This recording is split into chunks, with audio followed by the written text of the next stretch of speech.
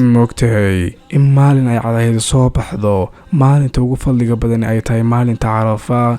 moogtahay waa maalinku Rabbi dhammaystiray diinta uuna taam yeelay nimcadiisa, wuxuuna soo dejiyay aayadda ah alyawma akmaltu lakum diinakum wa atmamtu calaykum nicmatii wa radiitu lakum alislaama diina. moogtahay in soonka la soomo maalinta Carafa lagu dhaafo 2 sano dembigood, sanadkii tegay iyo sanadka soo socda. moogtahay in duca la ducaysta midda ugu fadliga badani ay tahay ducada aad ducaysato maalinta Carafa, waana mid la aqbalayo oo mustajaaba.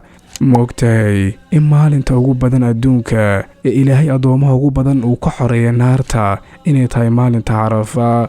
moogtahay in maalinta Carafa ay ka mid tahay 10 maalmood ee uu Rabbi ku dhaartay. maalinta Carafa waa maalin uu Ilaahay addoomihiisa ugu faana xajay ee xajka tegay ee buurta Carafa taagan isagoo ugu faanaya malaa'igta samada joogta.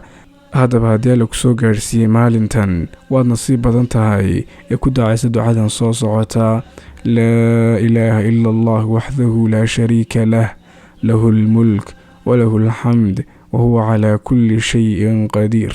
nabiguna sallallahu alayhi wasallam wuxuu yidhi duca lagu ducaysta maalinta Carafa waxa ugu khayr badan oo ugu wanaag badan ducadaas aan hadda soo akhrinay. daawada ku ducaysa ducadaas, waxaanan alla kaaga baryayaa riyo walba aad leedahay in Rabbi kuu dhabeeyo, in xanuun walba ku haystan eebba caafimaadku ugu bedelo, ifya aakhiraba inaad guulaysato eebba jannadiisa kugu casuumo. haddaba daawade haddii ilaa iyo halkan aad soo gaadhay ha iloobin inaad asxaabta aad khayr kala jeceshahay la wadaagto.